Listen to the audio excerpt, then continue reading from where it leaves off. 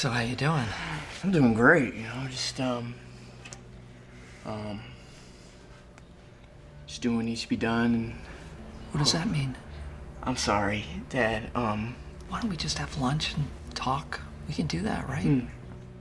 Please.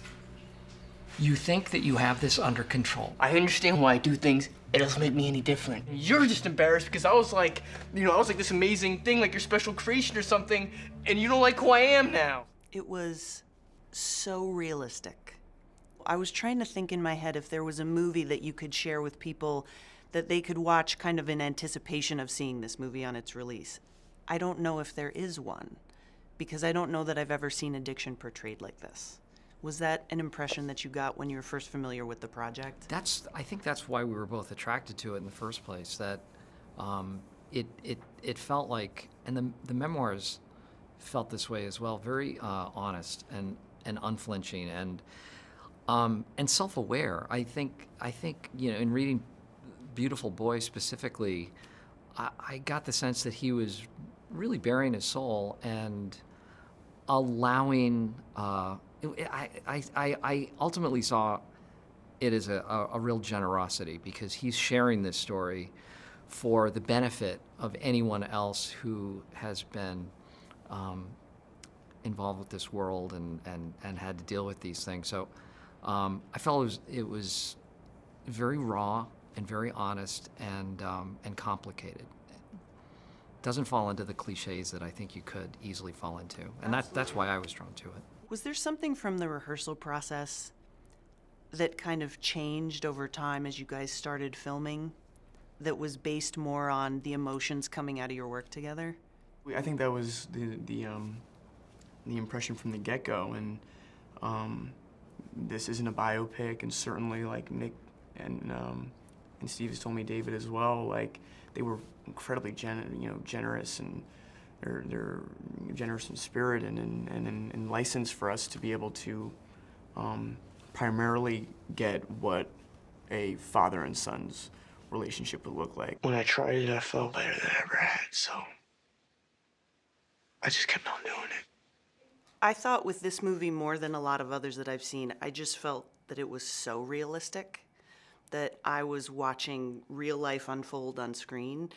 And because most of your scenes are kind of isolated from everyone else, was there something in particular that really surprised you about the final product of the movie?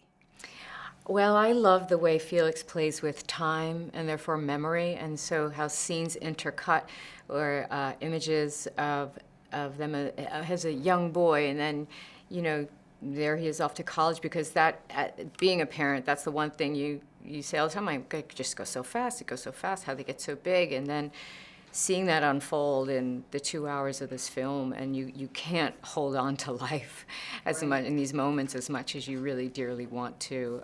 So I thought that worked so beautifully in the film. Can you talk about working with the director, and how was he giving you context? Because you had the script certainly, but was he giving you context in the ways that this was fitting in as you went along?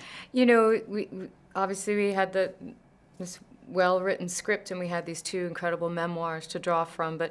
And from that, though, Felix was very open, and a lot of rehearsals in the beginning were just for me and Timothée to be comfortable with each other and find the rhythms of those scenes, and we stretched them every which way. And if I'd say, well, what did happen? And he's like, it's okay, we can interpret what it is here for us. And so it didn't feel like you had to be so constrained into someone else's exact memory, but because we're never going to be exactly like the real human beings. But. Kind of the tricky part. Right. You want to do it justice, but at the same time it's an interpretation. Yeah. Yes. There are moments that I look at him and I wonder who he is. How's our boy, David? I'm not giving up now. Never. I wanted to talk about your reasoning behind kind of going back and forth in time and the way that the movie was edited, because it makes perfect sense in how it seems like a memory. It is inspired by 2 books, 2 memoirs, and they kind of do the same thing. They tell a story over many, many years. I mean, if we wanted this movie to be epic, it had to do that too somehow in the movie. It's a long process. It's not and it's a very organic process. And obviously it was in the script already that way, but we do, when I go into the edit room, rethink a bunch of stuff.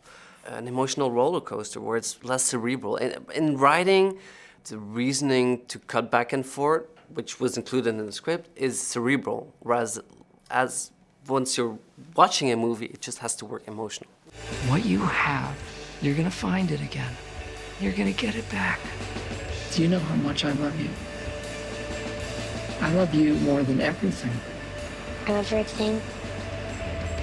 Everything. Everything.